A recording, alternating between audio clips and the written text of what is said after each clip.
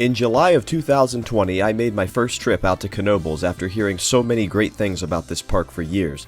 One visit later and it did not disappoint. What a unique park in the middle of nowhere.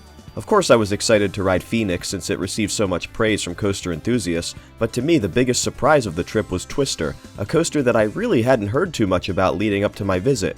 The history of Twister actually goes back to 1965 with Mr. Twister at Elitch Gardens in Colorado. This was a wooden coaster designed by John C. Allen that operated at Elitch Gardens until the park was relocated in 1994.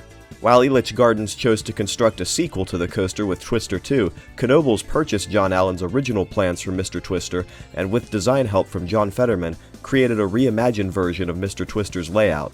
Twister opened in 1999 and was designed and built in-house by the park, and it stands to this day as the largest coaster at Knoebels. Despite only being just over 100 feet tall, Twister gives an intimidating first impression with its dense wooden support structure. As you enter the queue, you might notice that the park has a piece of the original Mr. Twister on display, that being the locking arm for the transfer track. Now I know Twister 2 has its fans, and I can't speak for myself since I haven't ridden it, but from what I've heard from those that have ridden it, I think Knoebels got the better end of the deal here. After taking a seat in the PTC trains with lap bars only, always appreciated, you'll make a gradual right turn out of the station into the first chain lift. Yes, I said the first chain lift. See, Twister's kinda weird since it has two chain lifts, one right on top of the other. It's a great space-saving tactic, and it's really unique as far as wooden coasters go since you'll be about 50 feet off the ground thinking that you're about to go down the first drop, only to turn right back around and ascend some more. Once the train reaches the top of the lift, you'll head through a right turn and down into the 90-foot drop, through the track that goes overhead, providing a few good head chopper moments. After heading into the next hill and turning left, you'll drop into the coaster's signature element, the Twister section. Two back-to-back laps around the station, providing some of the best laterals I've ever felt on a wooden coaster. The coaster's exit ramp allows you to get extremely close to this section, and if you look fast enough, I'm sure you could spot some people getting pretty closely acquainted with one another. I was by myself on this trip, but if you were riding with someone, I'm positive you would get smushed together pretty badly during this section. After coming off that Twister section, you're still carrying a ton of speed, so the next right turn is sure to throw you into the side of the train.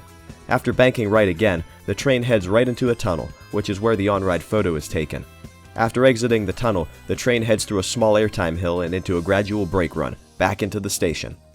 I came off Twister feeling pretty happy with the ride overall. I did go back and get 2 more rides on it, and I would definitely recommend sitting closer towards the front. It's not that the coaster is unbearably rough or anything, but it does have that classic wooden coaster rattle, and it's a little worse towards the back. Nothing close to being unbearable though.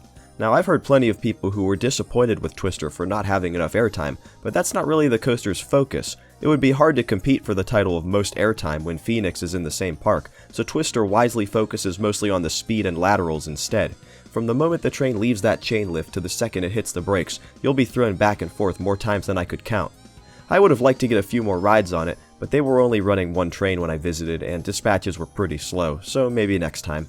Twister is also great to get photos and videos of, as the coaster's location right next to the campground means that you can pretty much walk completely around it, getting some good views of the back half of the ride, including the tunnel. Another unique design choice is that the park's train travels right through Twister's structure, providing more interesting angles of the coaster. For always being overshadowed by Phoenix, Twister proved to be a great wooden coaster. The laterals in that Twister section felt familiar, yet fresh, and as somebody whose home park is Kennywood, Twister is basically the Thunderbolt of Knoebels. I'll give Twister an 8 out of 10. I'd gladly ride this one again, and I'm excited to go back next year and see if my opinion changes at all. That's going to do it for my review of Twister at Knoebels. Feel free to let me know what you think of the coaster if you've ridden it, and for those of you who have ridden both, how does it compare to Twister 2 at Elitch Gardens? Let me know down in the comments, and I'll see you all back here again soon for more coaster videos on Rampaging Rex Productions.